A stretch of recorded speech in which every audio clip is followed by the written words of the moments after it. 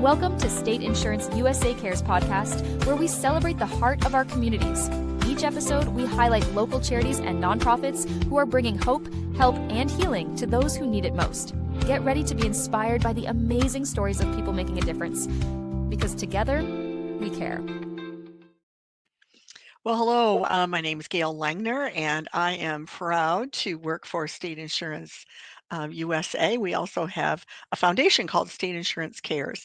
And today, because of State Insurance Cares, we have Jim Remus, who is the president and chair of the board of the Friends of Lovers Key. And so, Jim, we're so glad to have you on today. I'm pleased to be here. Well, thanks for all you do at Friends of Lovers Key. That's for sure. We know that volunteering is a paycheck of the heart for sure. So we're glad you're here. One of the things that we did with State Insurance Cares is last year we did the Adopt a Turtle Nest. And I just have to tell you that we had record numbers. We had over 100 babies. So we were pretty proud parents about that. But now our mama this year, she has a lot to hold up to get that many babies. So we'll see. We're waiting for the hatch. So how are things been going with that? Do you have quite a few sponsors for that? We do, and with the beach being widened so much, there's a much more of an opportunity for the turtles to be successful and not have their nests washed away. So yeah, Right. it's a great program, and the folks who run it for folk are Right. terribly excited about how many people have been participating in this. That's good. Well, once the word gets out, I mean, I know we talk about it all the time, how excited we are to be turtle parents for sure. I know though, with the beach being widened, I'm sure that the mamas are really don't have to worry so much about the damage for sure. And it was So, interesting. It was interesting how the folks who actually did the widening came back afterwards and did some magic in the sand so that the turtles could actually dig. Because once they did it initially, it was too hard. it was too hard. Oh, I wouldn't even think about that. They spent quite a bit of time making the sand available for the turtles, Oh, that's wonderful. which is a demonstration of what we're doing here. Exactly. It's interesting because the park is the second most visited park in the state. Many people come here solely for the beach, but yet there's so much more. And you Oh, for just demonstrate sure. the fact that there is. Yeah, there really is. I know that the Friends of Lovers Key is actually, and I'll be honest, I had to research it. It's actually called a CSO, which is a citizen support organization, right? Correct. So you are helping support the state park, which is Lovers Key. Tell us a little bit about the kinds of things that you do, Jim. So Friends of Lovers Key is a 501c3 charity like every other 501c3. And we Right. sit on top of the CSO, and we get our authority from the State Park Service in Okay. a contract that we actually have with them. And so we have an integral partnership with the park through the Rangers. So there's really three groups. There's Friends of Lovers Key Board, which by the way are all volunteers. We have no Right. employees. Right. Then there's the Rangers who are on the state, most of them are on the state payroll, although there's a lot of creativity in how they get paid. But we do not pay them. And then there's the volunteers. Okay. So our mission is really simple. It's to protect, preserve, and support the park. Right. All right. And unfortunately, the last 3 years have been sort of a masterclass in hurricane recovery. Sure. And so one of the things we've been doing actually since Ian is helping the park do a number of things. Most importantly, the state is only reimbursing the park for the things they lost. And the things they lost in many cases were 10, 15, 20 years old. So we did a lot of fundraising to replace equipment and tools and all that other stuff. Sure. And as part of that process, we recruited volunteers to assist because the Rangers spend most of their time worrying about protecting the park and so forth. Right. So volunteers have spent quite a bit of their efforts lately doing all kinds of crazy things, from helping maintain equipment to building shelves to raise up the storages. And do all kinds of maintenance, on our trails and so forth. So yeah, there's about anything you can think of that our volunteers do. Okay. What about during Ian, what about the Welcome and Discovery Center? How was that? So, it was built to withstand a Category 4 hurricane, and it Right, did. right. It was the only building that was not damaged to the point that it had to be just, ripped down. Mhm. Um, but it's also interesting in the fact that we're still running the building, believe it or not, on generators. Really? We don't have power back, not because there's not power back to the park, but Mhm. we're trying to redo the electrical systems through the state and Florida Power and Light so they don't get washed away again. They've Okay. been tried 3 times in a row by the 3 hurricanes. Sure. But Right. the building is in perfect shape. The air conditioning works. I was freezing there during a meeting yesterday. The, the exhibits are open. The public restrooms are there for enjoyment, and it's fine. We had our summer camps this year for kids in the I building. was gonna ask you about that. Tell everybody about the summer camps. I was really, thrilled to hear that. So it's amazing how many kids in this area, including at the beach, know nothing about the environment or anything except Does the fact not surprise me. we go to the beach to swim, and that's about it. Yep. So our purpose is to try to start the process of creating the next generation of environmentalists. Mhm. And when I use that term, I don't mean it in the way that some people look at environmentalists. I'm talking about the fact that our mission is to provide an opportunity for the park to be there forever. And to do that, I'm not going to be around forever. So the main purpose of the camps is to introduce the kids to why it's important to understand what we have, to understand the various components of the park. The park is interesting in the fact that it has 4 different environmental zones. So we introduce them to those, and to the extent that we need to, we actually provide the tuition for them. Oh, that's wonderful. Uh, And that we comes obviously from your fundraising efforts. That's correct. Right. Mhm. So Yeah. it's been very, very good. Unfortunately, we had a great start for Ian, and like everything else, everything's Right. coming back slowly. But I think this year it worked out really, really well. Mhm. We just elected a new board member actually yesterday, Oh, who is going to coordinate our events going forward. And part of our efforts now for the next year is to get back to doing various things in the park to attract locals and others so that we can expose them to what we're trying to accomplish and make that's it fun. wonderful.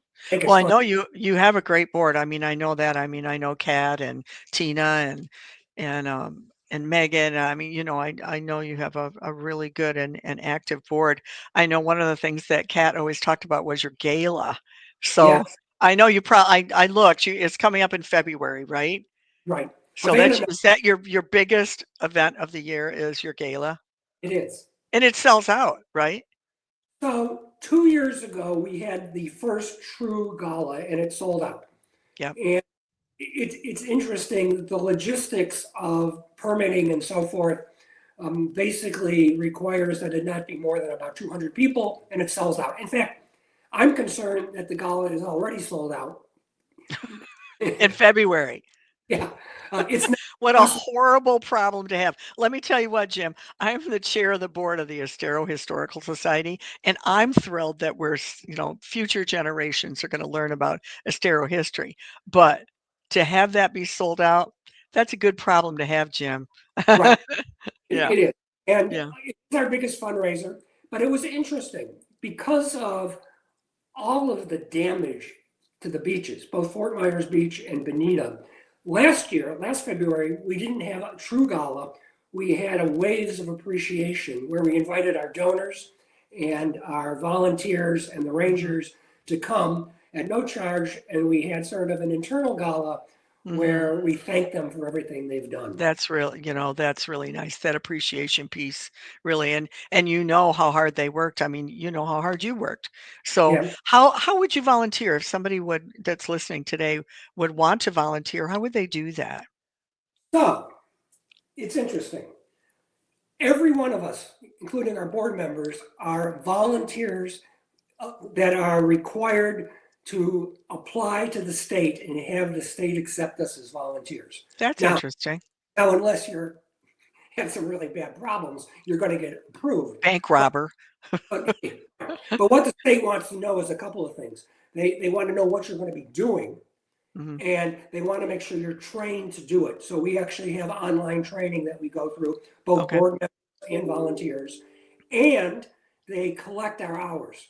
We record our hours Mhm. every month because Yes. they want to quantify the value that we give to the state. In fact, those numbers just came out, and I think through all the CSOs, it's somewhere up in the excess of $5 million. Oh my gracious. So to apply, you have to apply through the ranger program that the ranger who manages this, and his name is Mitch Bellock, and he's a ranger at Bellock. Lovers Key State Park, and his Okay. email is mitchell.bellock@floridadep.gov. Okay.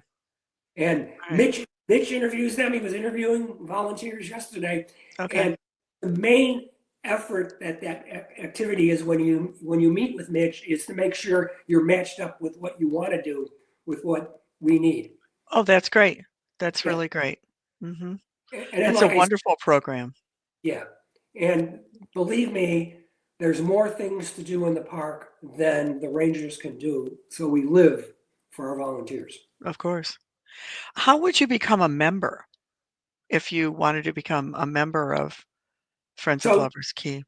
So membership is simply a donation to the park at three different levels. I Okay. believe it's 50 or 80 to be a individual or family member. It's Mhm. on our website, the actual application. Okay. And then Right. there's a member. For Lifetime. $50, you're a life member. And one of the values of being a member is, of course, you get all the information on a monthly basis of what we're doing. Mhm. Like we just opened our bridge. We just our first major accomplishment. The new That's great. Mid Island is back out, and the pictures in our monthly newsletter that just came out are just wonderful. But the things you get are you get 10 free passes to the park a year, Mhm. and you get discounts at the concession stands and the rental stands and those types of things. Okay. And more importantly, you become sort of you feel like you're much more a part of what we're doing. Because Right. again, what we're doing is not just maintaining a beach. It's trying to, do a whole bunch of other things. Right. That's wonderful. Do you still have as many manatees out there as what you did? Yes and no. I mean, the good news is there were babies this year. Um, Yay. they'll be back or they are back. I don't know. I actually haven't walked the trails Okay. since I got back a couple days ago. That's always such a thrill. Really, it is. Walking the trails and being out there, and you think you're just so close to the road, but then you're not, and all of a sudden you're in this magical land, and that's So Florida. the cleanup crew that was there for 2.5 years cleaning up the debris after Ian finished last Wednesday, believe it or not. Did they really? The final thing they did was to grind up all of the vegetation and stuff that they collected Mhm. and spread it out on the trails and packed it down to make the trails, much more firmer for walking on. Sure. So Oh, recycling all that stuff. right. Bring it right back. Right. Right. That's wonderful. So one of the things we're trying to do now is do a lot of sustainability projects, looking, for what we can do going forward to, make things simpler, but more importantly, make it so that the environment is safer. Mhm. That's great. Well, we're just about to wrap up here, Jim, but what is there anything you'd like to get out to the general public that we didn't talk about today that you really would like to share? Well, I think one of the things that I think is important is how close Lovers Key came to being a McMansion development, which was the canals actually at Lovers Key were dug so that the homes could be put on them and have a water access. They're Oh, not how many years ago was that, Jim? That was back in the late 70s and the early 80s. Oh, for heaven's sakes. I would suggest to your viewers that there is a PBS documentary that was done 4 years ago that follows the history of Lover's Key all the way back to the pirates and the Indians, but all through how it was saved and how the park and folks was created. That video is available on YouTube. If you just search for Friends of Lover's Key, or Lover's Key State Park, you'll find that video. So I will do that personally. the whole history of how we saved it and what it could have been. I mean, it's one of the few places left in Florida where there's not a whole series of condominiums behind the park. There's just water. Right. Mm-hmm. It's a lovely place that needs to be protected, and that's for sure. What you and volunteers and we can do going forward. Okay. Well, thank you for all you do, Jim, on the board and your volunteers and so on. It for future generations, you will be thanked for that, for being the pioneers in this area. So we do appreciate it. And thanks for being on today. And Good. We're going to be watching for our new mama to see how many babies we get. I've been waiting to hear. So thanks a lot for everything, Jim. I appreciate you. Good. Thank you. I appreciate what you do. Thank you for joining us on State Insurance USA Cares. We hope today's story uplifted and inspired you. If you'd like to support or learn more about the incredible work happening in your community, visit stateinsuranceusa.com or call 239-567-9992. You can also visit CaboWaboGym.com. Until next time, be sure to let your sun shine and keep sharing good and positive vibes wherever the waves take you.